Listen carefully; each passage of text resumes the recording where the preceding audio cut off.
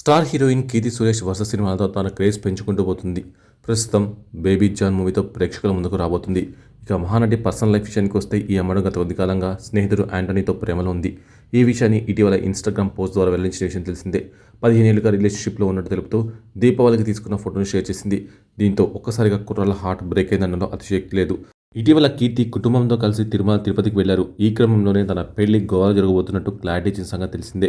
ఇక ఇదిలా ఉంటే తాజాగా కీర్తి సురేష్ వెడ్డింగ్ కార్డు ఇప్పుడు ఒకటి సోషల్ మీడియాలో వైరల్ అవుతుంది. డిసెంబర్ 12న మా కూతురి పెళ్లి చేస్తున్నామని చెప్పడానికి సంతోషిస్తున్నాము. జీవితంలో కొత్త అధ్యాయాన్ని ప్రారంభించబోతున్న ఈ జంటకు మీ అందరి ఆశీర్వాదాలు కావాలి అంటూ మీ సురేష్ కుమార్ మేనక అని ఉంది.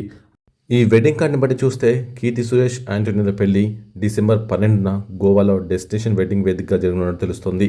ఇక ఈ వేడుకకు కేవలం కుటుంబ సభ్యులు, అత్యంత సన్నిహితులు మాత్రమే హాజరు కానున్నట్టు సమాచారం.